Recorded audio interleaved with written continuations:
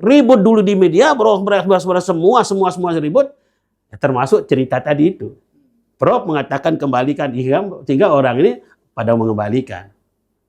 Nah, dalam pengembalian itulah ternyata ada apa-apa yang saya ributkan sesuai dengan rekaman itu. Nah, dari rekaman ini kan harus dikaitkan, Prof, dengan pergub.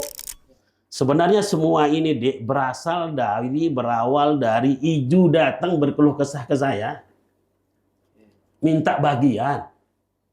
Tapi kan saya tidak bisa bagaimana caranya meminta bagian. Saya dapat kabar ini, Tuan Guru, ya. Ada banyak orang di balik kasus ini, Tuan Guru, yang ikut, kita menduga ya, terlibat. Ada katanya orang politisi masih banyak juga, mantan anggota DPR juga, bahkan ada oknum aktivis yang disebut-sebut di dalam kasus ini. Apakah Tuan Guru dapat informasi soal itu? Prof, kalau pasal yang diterapkan oleh Kejati pada para tersangka ini, pasal 5 ayat 1 huruf B tentang tindak pidana, itu menurut Anda sudah tepat atau ada yang masih kurang? Ya, ini kan menyangkut gratifikasi ya, menyangkut suap ya, atau gratifikasi. Itu semua ini dalam jabatannya kan. Ini para pejabat ini dalam jabatannya dia tidak boleh sebenarnya menerima sesuatu. Itu kata sumpahnya kan.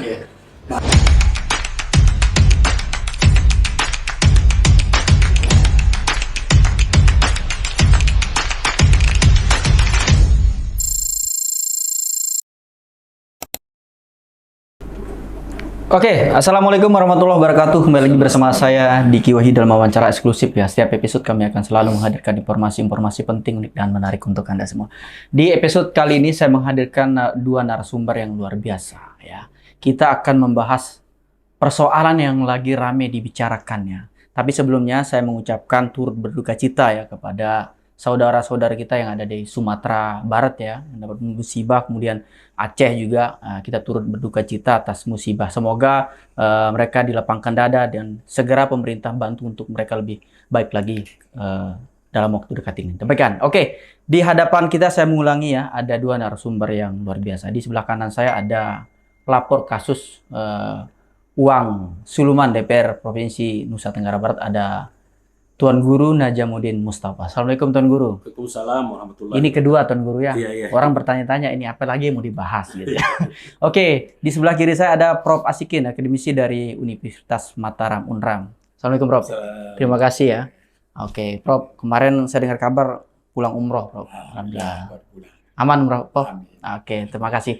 Baik, kita tahu ya bahwa baru 3 tersangka yang sudah ditetapkan oleh Kejaksaan Tinggi NTB atas kasus dugaan uang siluman yang dibagi-bagi kepada oknum anggota DPR di Pemprov NTB. Kemudian yang menarik nih ya, sekarang ini ada pengajuan pra-peradilan oleh 2 tersangka.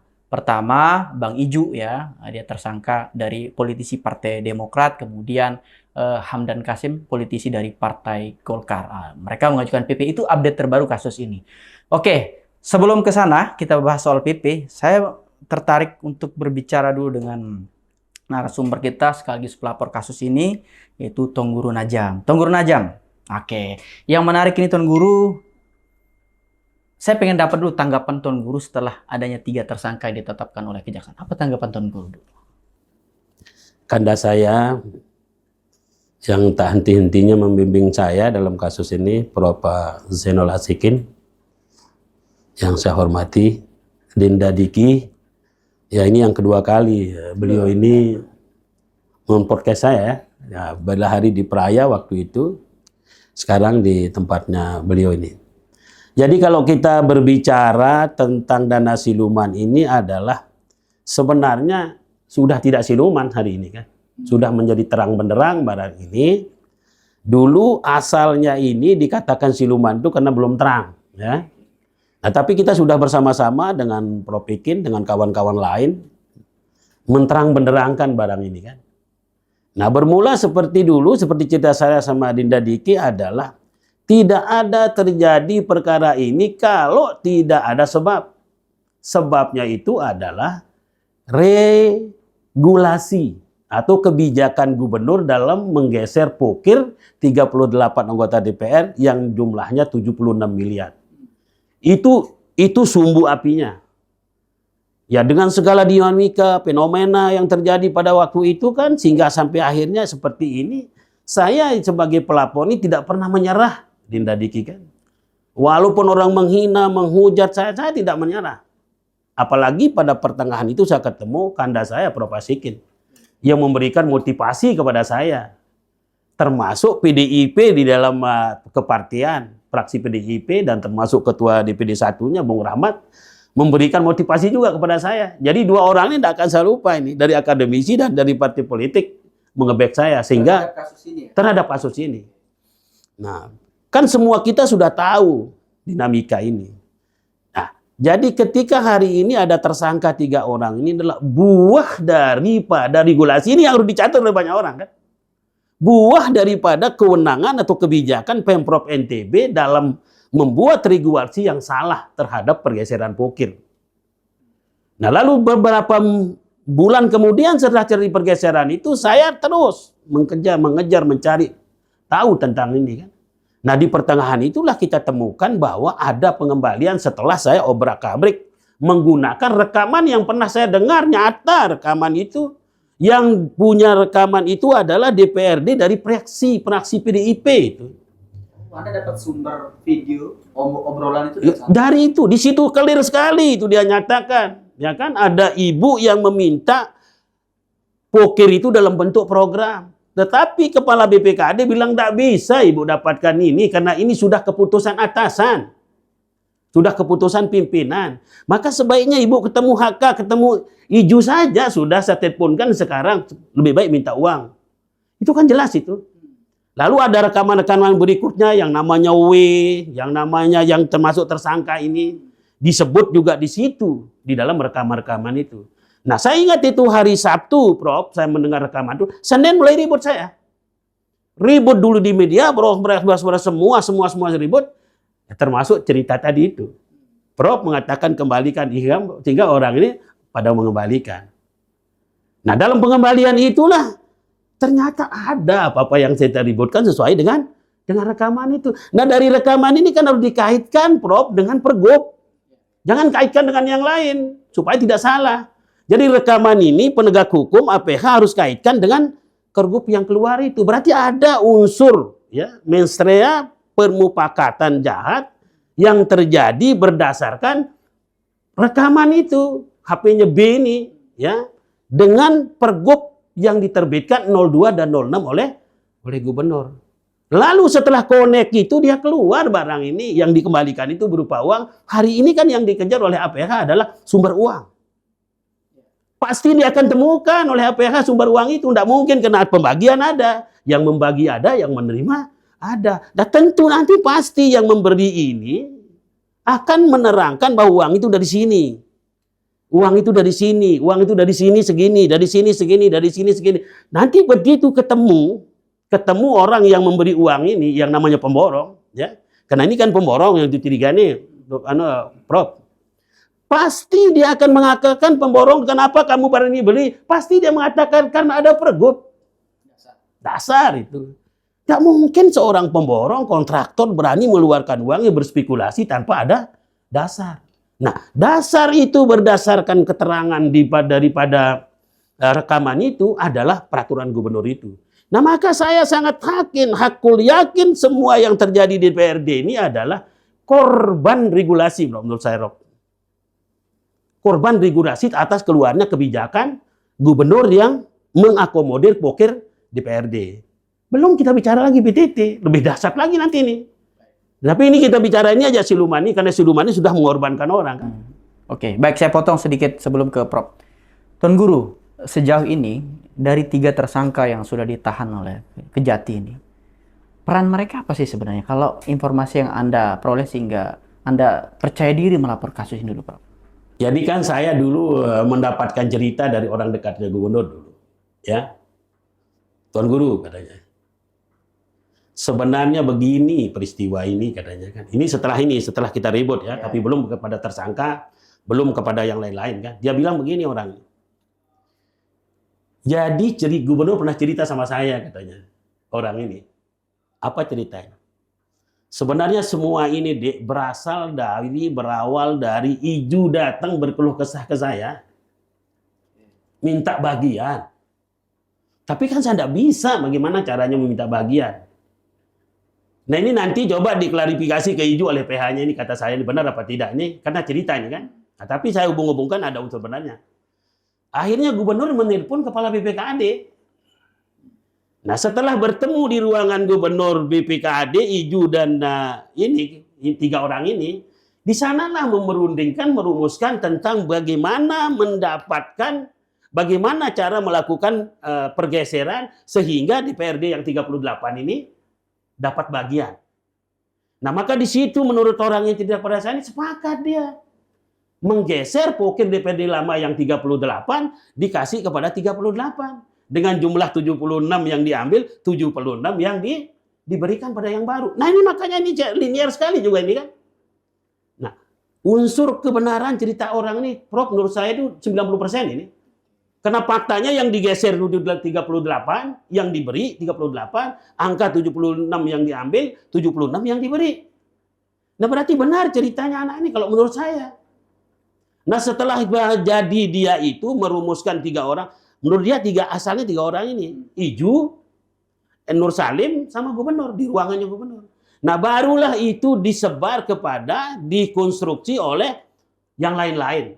Nah Iju menurut keterangan ini balik ke DPR, menceritakan kepada yang lain-lain di sana, termasuk Hamdan dan Acip, katanya dia kan, sebagai tim eksekutor daripada apa yang akan dibuat oleh gubernur bersama dengan NS ini. Ini ceritanya ini. Tetapi saya melihat benang merahnya ada kebenaran itu.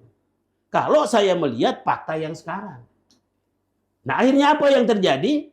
Terjadilah pemborong membeli pokir itu, rupanya ini kan, melalui orang-orang yang dekat dengan 3 orang ini. Nah sekarang ini maka yang 3 orang ini harus jujur dia, Prof. Kalau mau dia ringan. Ya kan? Supaya dia jangan termasuk sebagai inisiator.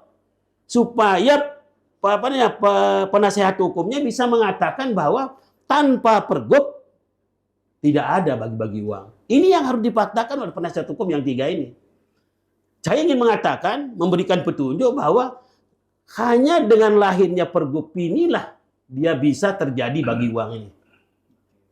Ini yang harus saya jelaskan kepada penasihat hukum ini. Jangan lagi dia bicara gratifikasi dan lain sebagainya kan. Kalau digratifikasi dan udah jelas salah menurut Profesor tadi kan. Berarti saya ulangi Tuan Guru. Berarti peran pertama di sini adalah ada Bang Iju, Bang Iju. Oke, sebentar dulu. Yang 3 tersangka kita sebut. Saya tidak mau kaitkan gubernur dulu nanti dulu. Kan ini sudah terang 3 tersangka yang ditahan. Ada Bang Iju pertama, yang seperti yang sampaikan tadi mohon-mohon begitu. Terus terlibatlah 2 tersangka yang lain. Yang lain Bang Iju dan Hamdan Kasim.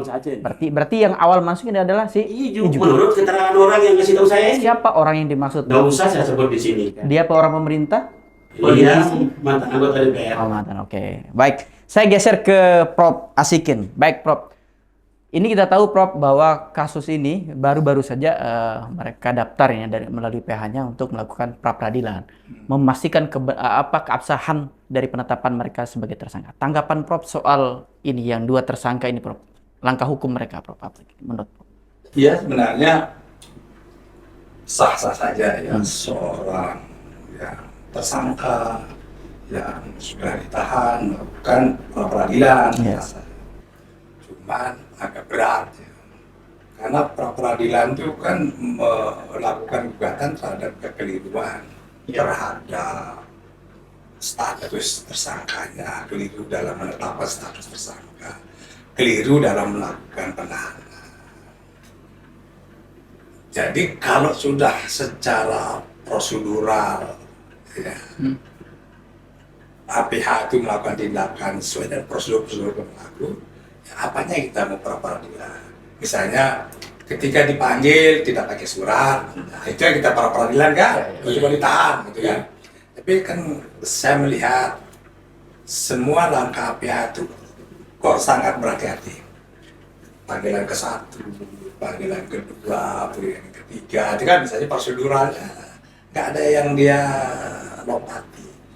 Jadi agak berat pra peradilan itu bisa dikabulkan kalau secara prosedural APH sudah memenuhi standar hukum. Kedua, secara substansi misalnya menetapkan orang sebagai tersangka kan cukup secara objektif memenuhi dua barang bukti kan gitu. Ya udah apa lagi kecuali masih diragukan dua alat bukti terus tiba-tiba saya ditersangkakan, ya udah ke pra peradilan. Saya melihat memang pra peradilan ini agak prematur, prematur sehingga sulit untuk dikabulkan. Ini prediksi saya. Tapi sekali lagi bahwa pra peradilan hak bagi tersangka dan terdakwa. Gitu. Baik, Prof, saya geser. Ini tadi disampaikan sama pelapor ya, Tuan Guru Najam, soal sedikit gambaran rentetan kasus ini dari awal. Ada disampaikan tadi si Iju atau tersangka ya, konsultasi awalnya ke Pak Gubernur disampaikan, kemudian di situ mencari sumber uang untuk dibagi-bagi. Nah, saya pengen tahu, Prof, apakah dengan ditetapkan 3 orang tersangka ini, ada tidak potensi tersangka lain di dalam kasus ini, Prof? Tersangka lain kan banyak sekali. Ini kan baru katakanlah gelombang pertama. Oh, ini gelombang pertama. Pertama yang 3 ini kan belum gelombang kedua, gelombang ketiga kan itu banyak sekali. Tentu APH kejaksaan mempunyai strategi untuk memulai penahanan pada gelombang pertama dulu ini. Gelombang kedua biasa siapa? Karena hukum itu kan dalam pidana itu ada pelaku kan. Pelaku ada yang turut serta melakukan ya itu, ada yang menyuruh melakukan. Nah, jadi 3 pasal dalam KUH pidana itu ini kan belum kita ambil 3 pasal ini, yaitu siapa yang menyuruh lakukan. Nah, kalau yang daminanya nyuruh lakukan saya NTB 1 kan misal kan, kan kena ada NTB 1. Kalau para yang tertahan sekarang menyebutkan, oh, ya nyuruh saya kan dia. Gitu. Maka pasal 55, ya definisinya itu ikut serta melakukan dan menyuruh melakukan. Ini belum dianu, akan terbongkar kalau ya sekarang ini ditahan mau transparan mau jujur, dia yang suruh saya kenalah yang dia itu. Siapapun yang disebut. Siapapun yang disebut. Nah itu dikategorikan adalah menyuruh melakukan. Pelaku menyuruh lakukan turut serta bareng-bareng. Iya. Jamaah turut serta dan berjamaah. Itu turut serta namanya. Jadi pasal 55, 56, 57 itu dibagi menjadi itu. Yang melakukan, turut serta melakukan, menyuruh melakukan. Oke. Nah, yang kita menahan kan menunggu ini pengakuan dari 3 orang ini. 3 orang ini. Siapa yang suruh dia? Ngumpulin duit, kan? Perlu dibagi-bagi. Nah, terus untuk dibagi-bagi, siapa yang nyuruh nyari lain lagi dari nyari broker. Ini menarik, kasus ini konstruksinya menarik ya. Nah, kita tunggu aja, tapi langkah kejaksaan nampaknya dia memulai dari yang 3 dulu. Nanti ditambah dengan yang menyiapkan dana, kan beda itu. Gitu, mensupport. Mungkin gelombang kedua ini yang 8 orang ini kan 38 ini 8 orang ini adalah kelompok yang ini nomor 2 ya. ngasih duit ini duit sumber duit karena bukan satu sumber duit banyak pengusaha. Oke, baik Prof, lanjut Prof sebelum ke Tuan Guru kembali. Ini sekarang kita tahu bahwa ada pengembalian Prof. Oke, dari kacamata hukum Prof, apakah mereka selamat dari jeratan kasus ini ketika uang itu dikembalikan ke kejaksaan? Ya, dalam perspektif undang-undang korupsi kan kita bicara pengembalian setelah orang berstatus tersangka itu tidak berdampak pada kasus itu sendiri, dia tetap akan terkena pidana ya. Karena apakah nanti itu akan dikurangi apa tidak, kita nggak tahu apakah ada dampak dari pengembalian setelah jadi tersangka. Tapi yang berdampak mutlak itu bagi yang mengembalikan sukarela sebelum statusnya jadi tersangka. Itu yang nggak jadi dia jadi tersangka. Sebelum penyidikan. Ya, sebelum statusnya menjadi penyidikan. Itu dalam hukum itu nggak. Itu batas waktunya kapan? 30 hari. Setelah kasus setelah ini? kasus ini mereda. Oh begitu. Mereda, maksudnya dia cepat-cepat sukarela mengembalikan. Oke, itu selamat lah ya bagi yang sudah Sama mengembalikan. yang belum status tersangka. Pokoknya dia sukarela. Nah itu namanya dia punya itikat baik. Ya. Teguder pro itu bahasa Belandanya kan, punya itikat baik tanpa pernah disuruh. Pokoknya dia pergi ke kejaksaan, ada saya terima uang nggak jelas. Oke. Saya pernah dulu begitu. Dikasih uang? Pernah, banyak ketika saya jadi ketua panitia penerimaan pegawai negeri, saya pernah jadi ketua.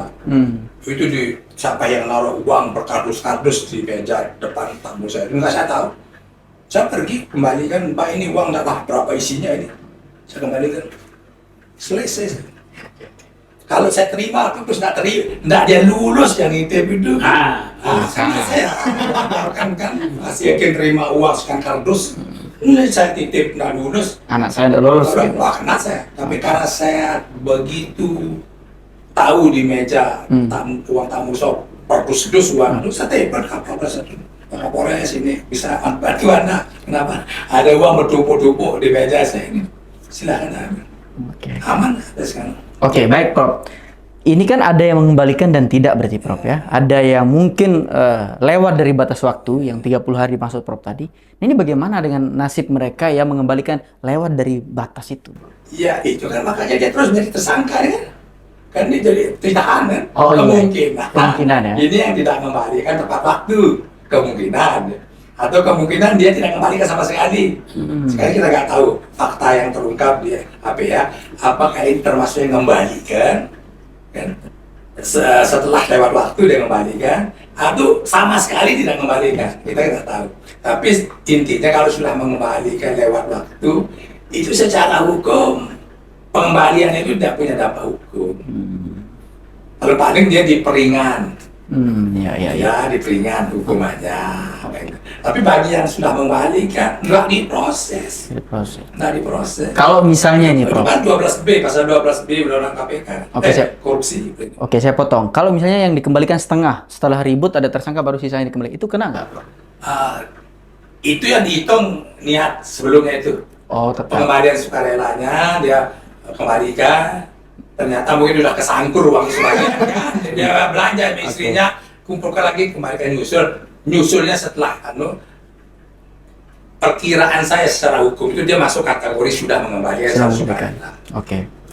Baik Prof, sebentar saya geser ke Tuan Guru. Tuan Guru, saya dapat kabar ini Tuan Guru ya. Ada banyak orang di balik kasus ini Tuan Guru yang ikut, kita menduga ya, terlibat. Ada katanya orang politisi masih banyak juga, mantan anggota DPR juga. Bahkan ada oknum aktivis yang disebut-sebut di dalam kasus ini. Apakah Tuan Guru dapat informasi soal itu? Saya kan karena pelapor, tentu saya ini update itu. Semua itu saya, kalau boleh dikatakan, kalau orang tahu 10, barang ini 20, saya itu 19 yang saya tahu. Oke. Baik perkembangan di luar maupun perkembangan di dalam APH itu. Karena tidak boleh juga APH kalau saya bertanya di sana itu, tidak boleh tidak menjawab saya, kan karena saya ini pelapor, kan mau tahu perkembangan. Nah, maka banyak tahulah saya Prof tentang ini kan. Nah, itu tadi ini kan yang 3 ini baru pemberi di kini. Ya kan? Bukan uang mereka. Bukan uang mereka. Ini kan baru pemberi yang 3 ini yang disangkakan. Nah, sekarang ini kan Kejati ini bergeser ke sumber uang ini sekarang hari ini. Dari kan? mana uang ini keluar? Dari mana uang ini? Maka ada tersebut di situ ada LSM. Ada tim transisi yang saya dengar di situ kan. Ini yang sedang digasak sama kejaksaan sekarang. Oke. Nah, dari mereka ini akan keluar bahwa nama pemborong nanti. Pemilik uang. Pemilik uang. Nah, maka saya ya dapat bocoran ini minggu besok ini mungkin lebih dari 40 orang yang akan diperiksa ini. Artinya bahwa dari DPRD, dari pemborong dan pemerintah. Nah, maka kita sangat apresiasi kerja-kerja daripada Kejaksaan Tinggi Nusa Tenggara Barat ini kan. Oke. Nah, besok ini akan keluar orang-orang yang menjadi jembatan uang ini besok ini kan. Nah, dari orang yang menjembatani uang ini akan keluar ini loh sumbernya. Bla bla bla, ibu ini, bapak ini bunyinya di situ kan. Nah, maka saya memperkirakan ini dari pemerintah itu tidak kurang dari 7-8 orang itu. ya yang terlibat ini. Dari pemborong juga tidak kurang dari 78 orang. Begitu juga dari DPRD mungkin lebih 30 orang yang terlibat ini. Menurut saya ya berdasarkan apa yang saya dengar baik di sini maupun dari APH itu. Nah ini artinya bahwa serius sekali kasus ini, Diki kan. Nah maka nanti mungkin minggu depan ini di situ akan kita lihat. Nah maka saya kan ngomong di koran kemarin kan hasil pikiran saya setelah saya rangkai barang ini, saya berani ngomong kemarin mengatakan saya memprediksi minggu depan ini ada pengumuman massal tersangka. Kalau saya lihat daripada rangkaian-rangkaian ini kan. Nah ini sekarang nih jembatan-jembatan ini sudah mau diperiksa dan mungkin mengaku mereka besok ini. Nah jembatannya akan mengatakan saya dapat dari ini. Nah dari jembatan itu mengaku yang punya duit, dari punya duit besok akan mengaku bahwa saya berani membayar itu karena apa? Karena kebijakan. Oke. Baik, kita ulas satu persatu dulu Tuan Guru, biar tidak menjadi fitnah ini Izin Prof. Karena tadi disebut ada LSM, saya bilang oknum. Biar nggak salah nih teman-teman ya. Oknum LSM ini apa perannya? Yang Anda maksud? Peran yang ditanya ini, berperan sebagai jembatan. Oh jembatan. Ya, jadi ini sekarang ini kan jembatan menuju ini kan sudah tersangka 3 ini. Nah, besok akan kita lihat ya, yang LSM dan kawan-kawan lain itu ngasih Iju, ngasih Acip atau ngasih Hamdan. Jangan-jangan di belakang Iju ada 5 orang, di belakangnya Acip itu mungkin ada sekian orang, di belakangnya Hamdan itu ada sekian orang. Nah, maka semakin terang benderanglah barang ini. Nah, maka tadi saya jelaskan lebih awal. Asal mula menurut cerita orang yang sangat dekat dengan gubernur ini ya, dan ini satu partai dengan gubernur ini. Ini orang Gerindra yang kasih tahu saya ini. Orang Gerindra itu orang yang dekat sekali sama gubernur yang kasih tahu saya bahwa semua ini berawal dari pertemuan Iju, Nur Salim dan gubernur di ruangan barang ini. Sebentar, kata mereka. Biar lurus dulu. Nur Salim ini siapa? Nur Salim kepala BPKAD. Oh, kepala BPKAD. Biar terang. Kan Nur Salim itu banyak. Dia Nur Salim kepala BPKAD. Tangga saya juga ada Nur Salim itu namanya. namanya dia menceritakan kepada saya oleh orang dekatnya gubernur ini. Saya tidak tahu apa motivasi dia cerita sama saya. Oke, baik, saya tanya kemudian pihak swasta. Itu orang NTB atau di luar NTB? Ada orang luar NTB dan ada orang NTB. Oh, banyak. Iya. Baik, pemilik uang ini Pemilik itu ada orang luar NTB. terus ada orang NTB. Ada orang NTB. Oh, begitu. Berarti bukan hanya dari luar atau dari Bukan NTB? hanya dari luar, ada di dalam dari luar Oke, juga ada. total uang yang harus dibagi-bagi menurut informasi yang Anda peroleh berapa? Kurang lebih 7 miliar kan. 7 miliar. Tapi Kurang lebih, tapi ini saya tidak mengatakan 7 miliar ya. Ini berdasarkan berita, bisa saja benar, bisa saja tidak. kurang lebih kan? Kurang lebih. Oke. Kemudian uang itu yang tersalurkan berapa? Kalau pengakuan beberapa hasil informasi Saya ini kan melihat yang kembali, Prof. Yang kembali kan 2 miliar. 2 miliar. Nah, yang tidak mengembalikan tinggal dihitung. Yang mengembalikan 2 miliar itu mungkin sekitar 15 orang kan. Nah, mungkin saja kalau dia tersangka, kalau yang mengambil itu 30 orang atau 28 orang, tinggal kalikan ya rata-rata 200 juta. Oke. Maka yang terbagi uang ini sekitar 4-5 miliar. Kalau dia 7 masih ada sisa 2 atau 3 di tim pembagi kan. Ini kan berita ini yang kita ini kan. Dia orang bilang bahwa uang ini sebenarnya 7 miliar katanya. Katanya ini kan. Nah, tapi yang nyata hari ini kan ada 2 miliar yang dikembalikan. Nah, sekarang tugasnya APH itu adalah yang tidak mengembalikan siapa saja dan berapa. Nah, karena yang mendapatkan ini yang menerima tidak mungkin dia bisa mengelak karena yang pemberi sudah memberitahu kepada APH sekian jumlahnya yang saya beri. Oke, sebelum ke Tuan Guru saya geser ke Prof. Prof Asikin, ini tadi menarik ceritanya Tuan Guru menyampaikan. Ternyata begitu ramai orang di balik kasus ini, Prof. Ada oknum LSM, ada kemudian kepala BPKAD ya, biar nggak salah ini kepala BPKAD dan pertemuan dengan Bang Iju ya, kemudian ada Pak Gubernur disebut. Oke, saya mau tahu Prof, apakah kalau dari sisi hukum Prof, apakah kemungkinan besar mereka akan terlibat dalam kalau benar cerita yang disampaikan oleh Tuan Guru Najak? Ya kalau lihat konstruksi kasus ini kan, itu banyak sekali yang terlibat ya kan. Ini kan mengapa banyak terlibat karena pengakuan dari yang diperiksa pertama kan. Dari orang yang diperiksa pertama yang tidak menerima. Kan ada yang tidak menerima sama sekali. Ada. Dipanggil pertama kali, saya tidak menerima. Lama diinterogasi. Kalau kamu tidak menerima, siapa yang nawarkan? Nah dari sini mulai terungkapnya barang besar ini. Ya ini selamat ini yang tidak terima ini selamat ini. Tapi yang tidak terima itu nyebutlah nama ini yang masih saya nawarkan. Meskipun saya tolak. Ya, ditolak. Ini selesai nih ya. Selesai. Nah dari sinilah mulainya kemana-mana terus kasus ini kan. Dari orang yang menyiapkan dana ke sini menyalurkan ke ABCD. Jadi saya katakan tadi ada pelaku utama, ada yang membantu melakukan, ada yang menyuruh melakukan. Seperti itulah konstruksinya. Sehingga menjadi banyak ini, banyak sekali calon-calon tersangka, banyak sekali ya orang-orang yang mau ditahan. Bisa-bisa ini kan PAW massal. Oh iya, bisa jadi. Bisa jadi PAW massal seperti di Malang itu kan. Tapi luar biasa jaksa kita ya tidak secara sporadis menyatakan ini tahan semua kan enggak. Ini bertahap. Ini dulu nanti di PAW mungkin Strategi ya? sehingga tidak menjadikan lembaga legislatif lumpuh. Tidak lumpuh karena kalau lumpuh bahaya. Tidak jalan ekonomi kita. APBD kan tidak bisa diketok kalau kurang setengah plus 1.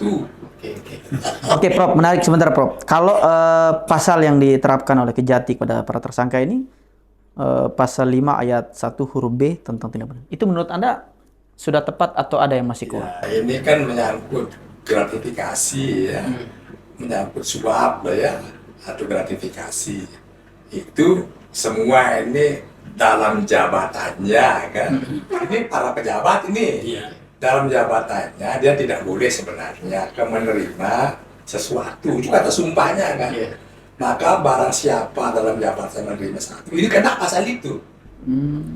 Kena pasal itu. Makanya aja rata-rata di DPR itu kena pasal itu, pasal 5 itu. Nah, yang menyogok dia itu, yang memberikan dana, ini kena membantu. Iya. Membantu menyiapkan dana untuk ASN ini ataupun pejabat ini. Ya, saya katakan di gelombang kedua itu yang 8 itu dia kenanya itu turut serta ini gratifikasi, terus serta melakukan gratifikasi dan menyiapkan sarana atau dana. Sana dengan akan banyak ini saling babit bahasa kita. Saling babit nih. Itu tapi pembuka pada Pandora ini kan ada anggota DPR yang lelah di pressure dari sumpah saya nggak nerima 2 jam itu nggak terima Pak. Kalau gitu kalau nggak terima siapa yang menawarkan terus kamu nggak terima? Oh ini ya selesai waktu pulang ya besok dipanggil lah ini yang nawarkan itu. Oke, Prof. Saya geser ke pemilik uang. Tadi Tuan Guru menyebut ada yang dari asal NTB dan di luar NTB. Prof, mereka punya peluang besar nggak jadi tersangka? Oh iya, peluang besar itu kalau penyandang dana saja yang punya uang. Dia masuk kategori ini tindakan yang turut serta melakukan itu. Ya, bersama-sama ya kan, pemberi dan penerima itu dikategorikan bersama-sama melakukan. Nah, nanti ada yang membantu melakukan, sang harap supir nganter-nganterkan bisa itu Jadi saksi. membantu melakukan. Karena saya dengar cerita ada satu yang keliling ini nganterin itu loh. Jadi peluncur. Dari peluncur lah keliling. Tapi kalau saya Itu siapa? Sebenarnya saya ada yang curhat bahwa saya lelah saya saja ini. dan hasil. 40 orang seluruh NTB ini saya keliling nyari mengantarkan sampai tengah malam. Kok saya kena sekarang nggak ada pendapat. Itu berarti barangnya ada. Oke. Itu loh contoh konstruksinya. Gratifikasi seperti itu pejabatnya kan DPR. Nah itu ada yang pengusahanya, ada yang tukang antar, itu kan tidak apa-apa. Itu kalangan pejabat nggak? Itu tukang antar ini? Enggak juga. Orang biasa. Yang kurir enggak? Khusus. Nah, saya tahu apa yang diantar Pak. Pokoknya ini saya antar, entah satu isinya. Ada ya kan? Ada, Khusus. itu masuk nggak tahu. Tapi kan itu nanti terakhir. Hidup awal ya. Oke, Prof, saya dengar kabar bahwa dengan 3 tersangka ini dalam kasus ini, Prof, Anda kenal baik. Saya dengar kabar Anda beberapa kali didatangi, benar nggak? Ya, saya kenal baik. Semua kan anak muda ini kan Saya kenal baik DPR itu, saya kenal baik. Dan saya pernah juga menyarankan untuk kembalikan awal-awal kasus ini terjadi, saya dipanggil di satu tempat oleh para ketua fraksi, pimpinan, para pimpinan DPR dipanggil untuk mendengar pendapat saya. Oh iya. Nah, dalam diskusi saya katakan kembalikan aman. Silakan teman-teman fraksi sampaikan kepada anggota, kembalikan. Mumpung awal-awal ini, tapi konon katanya sudah disampaikan, tapi tidak mau mengembalikan. Sudah sampai kepada pesan saya itu kepada teman-teman ini, tapi dia nggak mengembalikan. Ya sudah, tugasnya kan sudah selesai, memberikan pemahaman secara hukum, dampak-dampaknya. Oke, kalau secara personal ada nggak ketemu langsung? Ada juga secara personal. Itu apa diskusinya, Prof? Diskusi tentang itulah, malah berbelok gitulah. Persoalannya bukan kepada pemberian, tapi tolong diperingatkan ini jangan anu saya. Gitu. Jadi anggota yang lain disuruh Prof Ikin yang peringatilah teman itu. Jangan saya yang disudutkan, saya gitu. Nah, intinya ada yang ngeyel, kan ada yang netral, mau mengembalikan, ya sudah saya ikuti Prof Ikin ya. Tapi ada yang nggak mau dah kembaliin. Nah, kalau ada kaitannya dengan ini kan bukan korupsi kan gitu lah kan. Keyakinan mereka kan? Ya, Bukan uang negara lah. Oke. Memang bukan uang negara, Iya, tapi iya. tujuannya Iya, membungkam ya, ini. karena dikiranya korupsi itu adalah uang negara. ya hanya itu. Dan tidak merugikan negara saja korupsi. Ya benar. Bukan selalu kerugian negara itu tidak korupsi. Tidak merugikan negara pun bisa korupsi karena niatnya itu yang menguntungkan orang lain, tidak merugikan negara, bisa terlibat korupsi kan. Oke, Prof. Sebelum ke Tuan Guru sekali, satu pertanyaan saya lagi. Prof, ini kita tahu pimpinan DPR, ya kita sampaikan di sini ya. Kenapa sampai tidak tahu barang ini, Prof? Saya juga pertanyakan dan perdalam sama pimpinan DPR, dan pimpinan itu bukan satu orang. Iya, banyak. Ada wakil ketua. Saya juga diskusi. Ya memang ini sepertinya lintas ya. Ya, dia langsung ke personal DPR. Oh gitu. Potong kompas ya? Ya. Nah ini sehingga pimpinan DPR pernah merasa tersinggung di depan rapat Forkopimda ya. Itu baru disampaikan bahwa kenapa Bapak itu tidak melalui saya saja.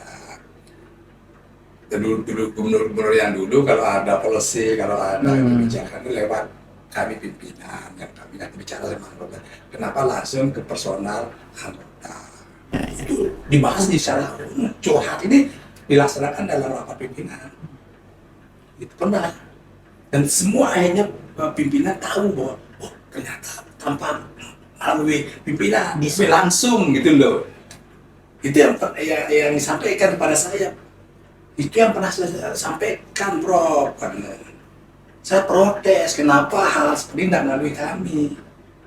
Kok sekarang langsung aja dulu gubernur, apapun dia melalui pimpinan. Buat komando ya. Sehingga semua pihak tahu bahwa ini jalan pintas itu. Mungkin itu yang membuatkan para pimpinan ini, ketua dan wakil-wakil ini merasa terselamatkan. Karena disaksikan rapat itu bunyinya begitu. Protesnya para pimpinan ini, kenapa tidak lewat kami? Didengarlah sama Polda. Bahwa ini tanpa melalui Pimpinan. Itu sehingga ya udah agak merasa nyaman lah para pimpinan itu, wakil kedua nyaman karena memang tidak melalui pimpinan. Itu setahu saya ya, hasil diskusi. Saya kan perdalam dia. Kenapa Ibu? Sampai tidak tahu. Ini saya sudah protes. Pernah apa saya protes. Barulah terbuka bahwa ini pimpinan DPR nggak tahu kasus bahwa dia pendekatan personal. Karena ada kurirnya juga. Ya, bukan kelembagaan.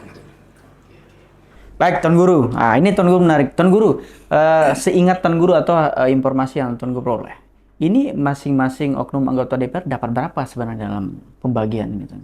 Kalau saya mendengar dari rekaman HP itu, dia variasi dia. variasi kan ada yang mengaku saya rumahnya dapat 150 katanya itu kan. Lalu nanti akan diantarkan lagi saya setelah dia kembali dari yang antar yang ini. Tetapi saya kalau tidak sabar disuruh ngambil ke ibu ini. Ibu siapa? Ya inisialnya Jadi apa deh? NH itulah. Jadi apa ibu? Ibu ini jadi pengusaha lah. Pengusaha. Ngambil aja langsung ke sana karena teman-teman itu banyak yang langsung ngambil ke situ. Seperti bank terbuka lah. Ya itu katanya di dalam rekaman itu kan. Ya benar tidaknya kan ada di kejaksaan itu rekaman. Putar aja kembali kan. Jadi sumber dari segala sumber pengetahuan saya tentang kejadian ini rekaman itu awalnya. Saya itu sangat yakin bahwa apa yang disampaikan di dalam rekaman itu adalah benar. Sehingga saya ngotot, ribut, dan melapor. Dalam laporan kami itu jelas mengatakan bahwa pihak hukum kalau mau tahu soal ini, sita rekaman HP-nya ini. Orang dari fraksi PDIP ini. Di sana lengkap pernah saya dengar, saya bilang kan. Dan itu saya saksikan bersama anak saya dokter itu. Saya takut nanti jangan-jangan orang ini ngomong lain, Prof kan. Jadi saya saksikan itu bertiga di sana. Rentetan-rentetan itu sudah. Nah maka sangat yakin saya. Nah peristiwa ini yang saya kejar sampai ke Jakarta, sampai ke PK itu kan, sampai Mabes, sampai Kejaksaan Agung itu adalah sama sudah dengan fakta yang sekarang ini. Sama sudah faktanya itu. Nah jadi saya melihat Prof ya, anak-anak ini korban regulasi Diki. Kalau saya melihat ini. Kalau saya dengar dari cerita itu dan saya hubungkan konektivitas daripada rekaman itu dengan pergub itu nyambung dia. Nyambungnya kata 38 yang dipotong, 38 yang diberi. 76 yang dipotong, 76 yang diberi. Dan itu ada di dalam peraturan gubernur itu. Nah maka saya sangat yakin bahwa anak-anak atau adik-adik di DPR itu adalah korban regulasi sebenarnya. Kalau tidak lahir pergub itu menurut saya Prof Kanda ya, tidak akan terjadi barang ini. Kenapa? Karena orang tidak mau membeli. Tidak mau orang ini membeli pemborong ini barang yang tidak jelas kan. Tapi karena dia pergub itu ada, itulah maka terjadi transaksi melalui beberapa pintu ini kan. Nah sekarang pintu-pintu ini sudah kelihatan ini kan. Nah nanti kita lihat kan pintu HK siapa saja, pintu hijau siapa saja, pintu acep siapa saja nanti di situ kan. Ini enggak satu pintu. Tidak satu pintu ternyata barang ini. Nah maka inilah kehebatan kejaksaan itu menetapkan tiga ini. Ini kan 3 pintu ini. Nah nanti akan keluar masing-masing pintu berapa belas orang di sini. Bisa saja satu pintu hasilnya 13, 15. Tinggal dikalikan. Kalau 15 rata-rata kali 3 berarti TS-nya nanti bisa 45 kan. Baik dari DPRD kan, dari eksekutif dan dari pemborong. Nah jadi ini kan yang tersangka ini menurut saya ini kan dugaan kami sebagai pelapor adalah pertama mangsa dari pergub itu adalah DPRD. Buktinya sudah ada tersangka pemberi. Yang kedua nanti pemborong. Yang ketiga itu adalah pemerintah. Dalam hal ini mulai dari kepala BPKAD, tim transisi kan, sampai kepada gubernur. Saya melihat ini gubernur ini sulit lepas dari jeratan ini kalau menurut saya. Sulit lepas gubernur ini dari jeratan ini. Kalau kita melihat historis daripada perjalanan-perjalanan sehingga terjadinya penyangkaan ini. Kan muara apa-apa ini kan dari pergub ini, Diki. Pergub itu apa? Pergub yang berkebijakan menggusur 38 pokir DPRD lama, ya kan, untuk diberikan kepada DPRD baru dengan jumlah 76 miliar. Ini jelas barang ini. Nggak bisa orang multitafsir terhadap ini. Ini jelas ini kalau istilah zaman Soeharto dulu ini ayam putih terbang siang nggak Tuan kalau ini? Ayam putih Terbang siang sudah putih terbang siang lagi kan? Nah ini kalau menurut saya. Nah maka kalau orang mengatakan hari ini tidak ada kebijakan, tidak ada hubungannya dengan pergub, suruh belajar lagi orang itu. Karena saya ini berdiskusi sama Prof Ekin dan prof-prof lain yang dari Jakarta, prof-prof lain yang di Jogja, prof-prof lain yang dari Surabaya. Semua prof ini mengatakan bahwa ini pelanggaran Pak Najam. Bismillah sudah sana. Ini jangan saya memandang saya sebagai pelapor ini adalah, ya boleh Anda bilang saya ecek-ecek. Tapi berani tidak Anda mengatakan ecek-ecek Prof Asikin?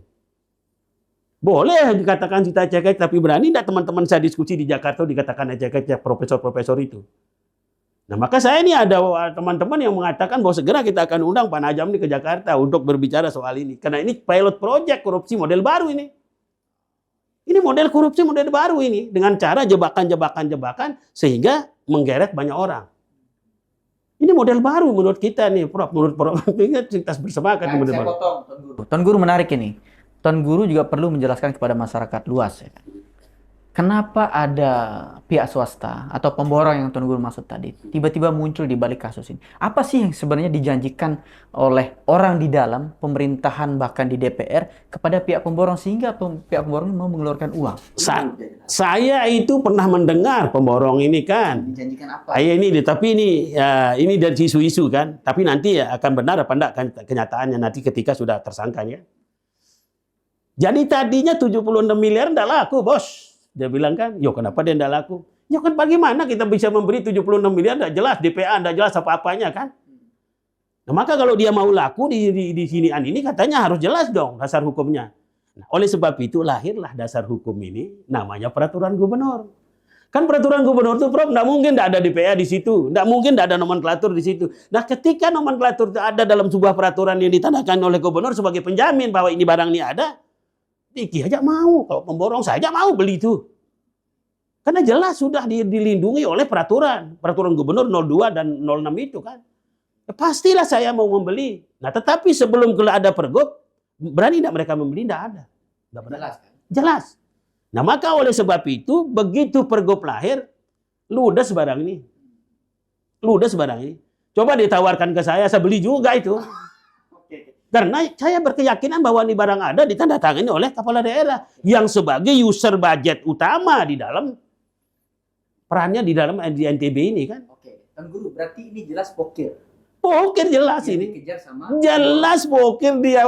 Gitu, Ini sekarang ini itu yang dia mukul Tuhan sama orang-orang nih supaya yang dibeli ini bukan pokir tapi tidak bisa karena jelas yang hilang 76 yang dia buatkan program menurut cerita Beram di ruangannya Bu Ispi itu mengatakan ketemu sama gubernur di sana kata Beram itu kan bahwa program yang saya berikan kepada kamu Ram bukan uang. Ya betul sih bukan uang tapi program itu program proyek. Berarti salah kita kalau nyebut ini dana siluman. Salah itu, tidak siluman ini. Yang benar itu seperti apa kata pengacara kemarin. Orangnya yang siluman ini, kalau dananya tidak siluman. Iya, nah maka kalau kita bicara siluman, ada namanya Raja Siluman. Siapa Raja Siluman? Iya yang membuat peraturan itu. Itulah Raja Siluman kan. Baik. Oke, Prof, saya geser ke Prof. Dengan penyampaian Tuan Guru Najam soal regulasi dasarnya, pihak swasta lah kalau saya menyebut ini, atau pemborong kalau bahasa gaulnya itu, dasar sehingga memberikan uang. Itu menurut Prof, apakah orang yang membuat kerangka aturan itu, regulasi itu, bisa kena nggak dalam persoalan? Ya kalau didalami kan ada niat. Ya. Itu yang disebut selalu sekarang ini ada mens rea.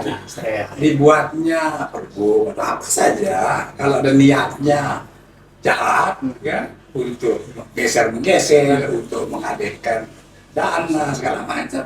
Ya dia punya mens rea untuk tujuan bisa dipakai dananya sebenarnya awalnya tidak pakai barang haram sebenarnya kan dikasih label halal.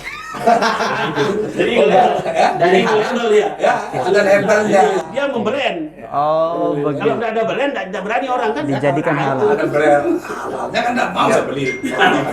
Mana buktinya bahwa ini halal? Ternyata dikasih label halal. Berani saya beli bahwa itu barang halal. Ternyata itu hanya sekedar brand.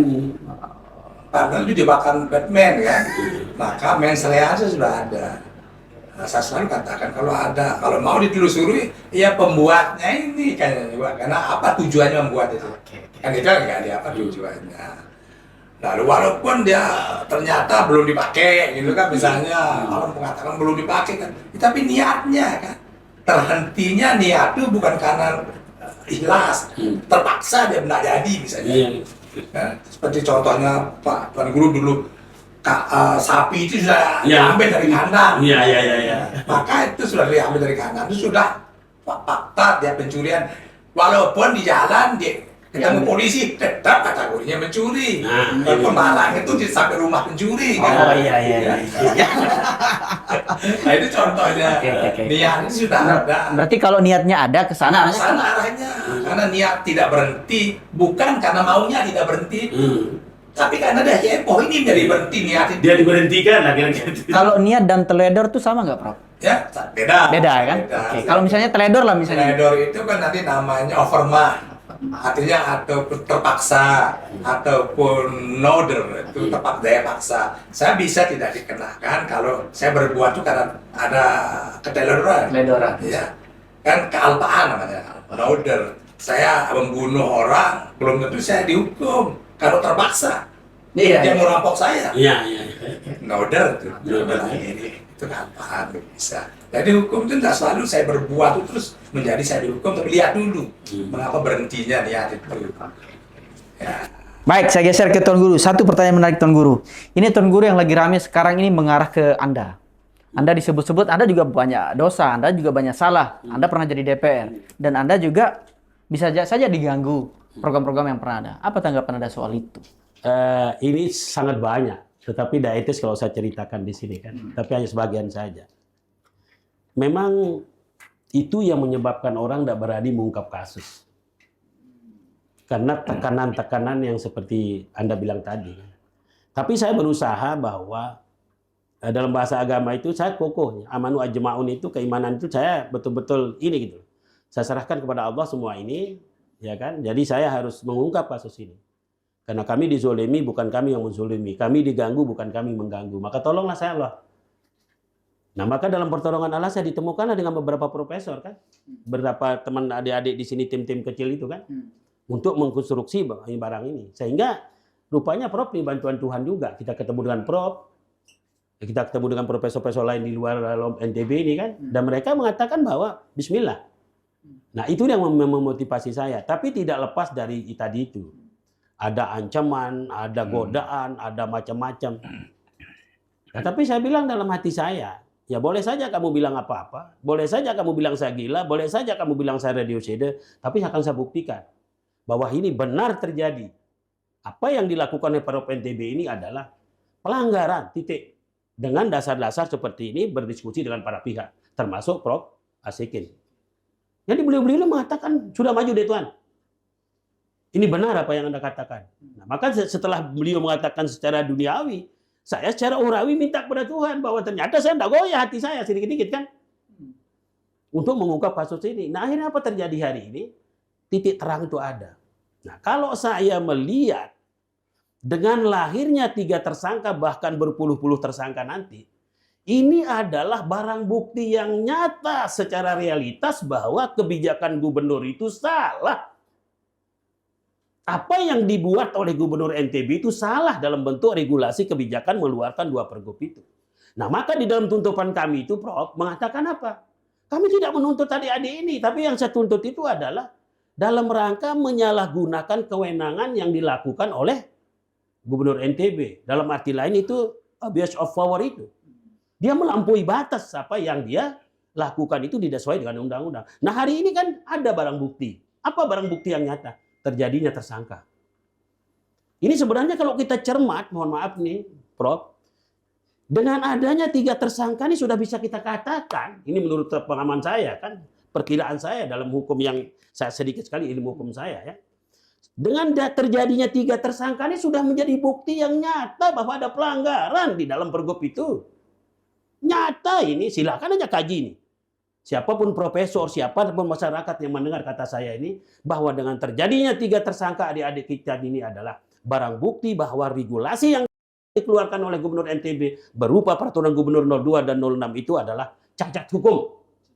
Cacat hukum karena tidak mendasar. Kalau dia bilang dirinya mengacu kepada Impres nomor 1 2025, coba periksa Impres itu. Ada enggak termaktub di dalam itu, tertulis di dalam itu bahwa boleh menggosir poket dan BTT? Tidak ada setelah dia pelajari, Prof. Nah, maka semakin terang benderanglah bahwa sumber daripada sumber ini adalah peraturan gubernur. Maka saya tidak mengatakan menuduh, tapi kami menduga bahwa pelaku utama alias Raja Siluman itu adalah Gubernur NTB. Kalau saya melihat rentetan hukum ini.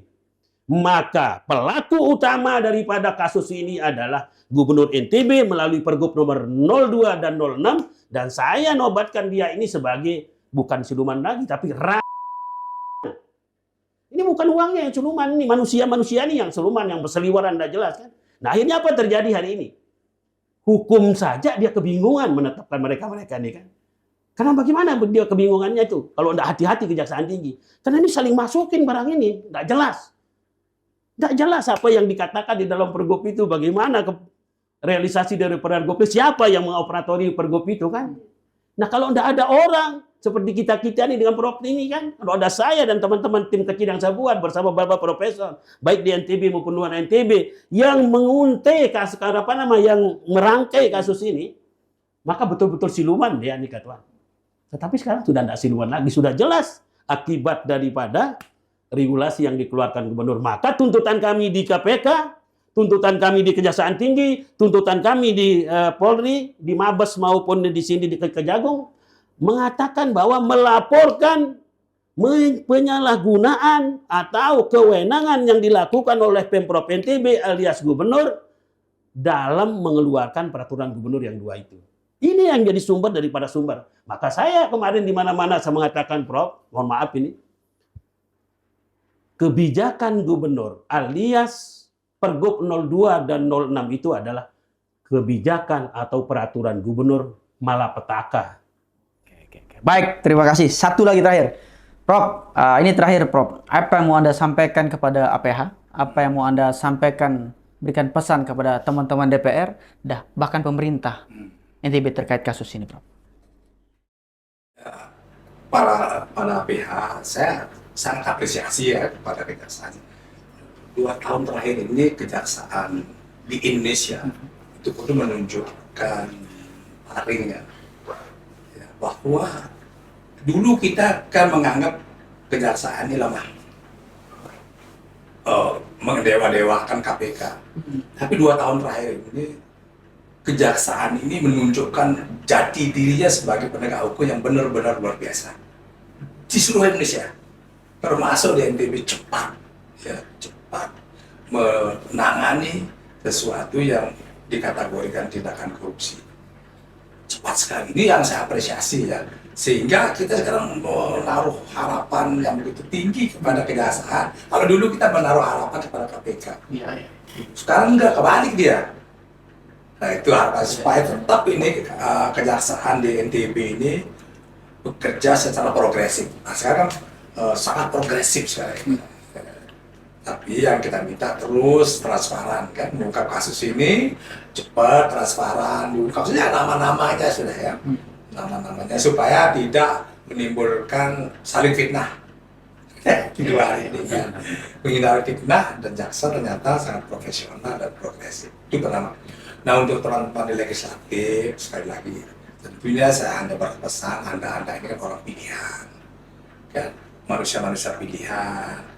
Yang tidak semua orang bisa menjadi wakil kami, maka kita berharap menjaga diri sebaik-baiknya, menjadi orang yang amanah, kan hindarilah perbuatan-perbuatan yang nanti merusak citra keluarga. Ini kan tidak, kalau begini kan baik keluarganya yang paling kita sayangkan, lalu membawa nama baik lembaga, karena baru sekarang ini DPRD kita ini ya mengalami musibah seperti ini yang selama ini ya tidak pernah terjadi yang massal begini ya. Mudah-mudahan yang teman-teman yang belum terkena ini istiqomah ya. Ini ambil ini sebagai pelajaran yang berharga, terutama generasi muda kita, baik ke DPRD di provinsi maupun di kabupaten, teman-teman yang masih muda-muda belajar ini bahwa masa depan Anda masih lama, Anda menjadi generasi penerus kita, ya. DPRD kita sekarang anak-anak muda kan, kita senang sebenarnya. Tapi ini ya, perlu menjaga diri dengan moralitas yang tinggi, yang inner morality-nya yang baik, sehingga Anda menjadi generasi emas kita kelak dari 10-20 tahun. Baik, itu kan pesan saya. Oke, mau ada closing lagi, Tuan Guru? Oh boleh. Saya kasih dulu Tuan Guru. Pertama, saya ingin sampaikan apresiasi dan penghargaan yang tinggi kepada Kejaksaan Tinggi Nusa Tenggara Barat yang sudah sangat akademik, transparan dalam melakukan penegakan hukum di NTB. Sekali lagi saya terima kasih. Progres-progresnya beliau di situ selalu saya terima dari Humas Kejaksaan Tinggi terkait dengan gini. Sesuai pertanyaan saya, beliau pada jawab saya. Nah, oleh sebab itu saya tidak meragukan lagi apa yang dilakukan oleh Kejaksaan Tinggi Nusa Tenggara Barat adalah serius melakukan penegakan hukum. Terima kasih sekali lagi kepada Kejaksaan Tinggi Nusa Tenggara Barat. Yang kedua, saya berterima kasih kepada secara kelembagaan partai politik. Saya berterima kasih kepada, ini bukan kampanye ya, bukan kebanyakan PDI ya. Tapi saya tidak ada niat berkampanye. Tapi harus saya sampaikan bahwa melalui praksi PDIP, semua ini bisa kita bongkar, dan praksi PDIP selalu memberikan saya fakta-fakta, bukti-bukti, sehingga itu juga bagian daripada motivasi ya, terungkapnya kasus ini. Terutama Ketua DPD 1 PDIP, Bung Rahmat, saya terima kasih kepada Anda, bahwa Anda telah ya membimbing kami, sebagaimana Prof. Ekin dan profesor-profesor yang lain, sehingga kasus ini menjadi terang benderang hari ini. Ya terakhir tentu kepada kanda saya, Profesor Asikin, dan guru-guru besar di Jakarta, teman-teman saya yang ada di Jogja, yang ada di Surabaya, yang telah membantu kami juga di dalam mengkonstruksi daripada kasus ini, sehingga laporan kami itu, alhamdulillah Kak Tuan, menjadi akademik, dan setelah mereka baca EPH itu adalah, beliau mengatakan baguslah laporan kami itu. Nah, maka oleh sebab itu, sekali lagi, saya berterima kasih kepada semua pihak, dan apa yang saya sampaikan tadi itu kalau menyinggung perasaan daripada pemerintah dan lain sebagainya itu semua hanya saya menceritakan apa yang saya lihat dan apa yang saya dengar, yang diinfokan dari orang lain, sehingga saya berani mengatakan apa adanya di tempat-tempat podcast ini. Sekali lagi, terima kasih kepada semua yang menonton ini, dan saya mohon maaf kalau ada kehilapan dan kekurangan saya. Sekali lagi, jazakumullahu khairan katsira, wallahul muwaffiq ila aqwamit thariq wal hadi ila syabilir rasyad. Assalamualaikum warahmatullahi wabarakatuh. Oke, itu dia wawancara kita secara eksklusif dua narasumber yang kita hadirkan pada edisi kali ini. Diki Wahyudi pamit undur diri. Wassalamualaikum warahmatullahi wabarakatuh.